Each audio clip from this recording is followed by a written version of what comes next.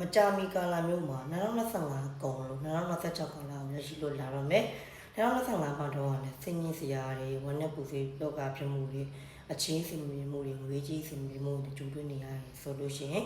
2026ကာလမျိုးမှာဒီအပူတွေကိုမတည်ဝါခြင်းဘူးအဲ့အပူတွေအားလုံးရက်ပြီးတော့2026ကာလမျိုးမှာစိတ်တစ်လူတစ်နဲ့အချင်းတော်တွေဆင်ပြေမှုငွေကြီးတွေဆင်ပြေမှုအဆက်အရအားလုံးကျမ်းမာရေးစီးပွားရေးလူငင်ငွေကြီးတွေအားလုံးဆင်ပြေမှုအတွက်ဆိုလို့ရှိရင်ရေဒီယာနီးလန်းလေးတစ်ခုကိုညွှန်ကြားပြဆိုပေးမယ်ဒီရေဒီယာစီမံနီးလန်းလေးကတလာပိုင်းတရက်နဲ့2026ကာလမျိုးမှာတရက်ပဲပြုလို့မယ့်ရေဒီယာစီမံနီးလန်းလေးဖြစ်တယ်ဒီရေဒီယာစီမံနီးလန်းကိုတရက်ပြုလို့ရုံနဲ့ဒီတနစ်တာကာလပတ်လုံးမှာဒီ2025လောက်ပြင်ပန်းခဲ့တာတွေမပြင်ပန်းတော့ဘဲနဲ့ကောင်းမွန်တဲ့ဘဝကိုရရှိမှုအတွက်ရေဒမင်းတစ်ခု project ပြဆိုပြီးမယ်။ဘယ်ကိုတဲ့ရုပ်ရှင်နဲ့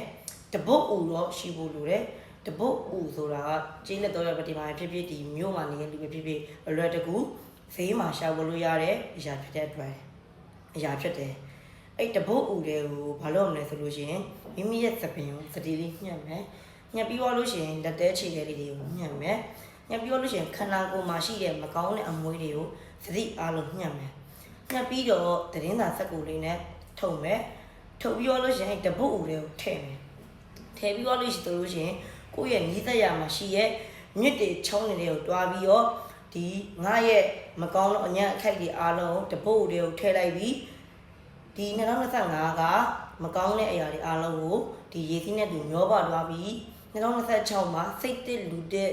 အရာအားလုံးကောင်းမွန်တဲ့ဘဝကိုပိုင်ဆိုင်ရပြီဆိုပြီးတော့စူတောင်းပြီးတော့အဲ့ဒီတပုတ်တို့ထည့်ထားတဲ့အရာတွေအားလုံးတပုတ်နဲ့အတူရေစီးတန်နဲ့ချောင်းနေမြောင်းနေတဲ့ကိုစွန့်ပြရမယ်ပြီးတော့လို့ရှိရင်လှမ်းမကြည့်ပဲနဲ့ထွက်ခဲ့ပေးပါဒါဆိုလို့ရှိရင်2026မှာ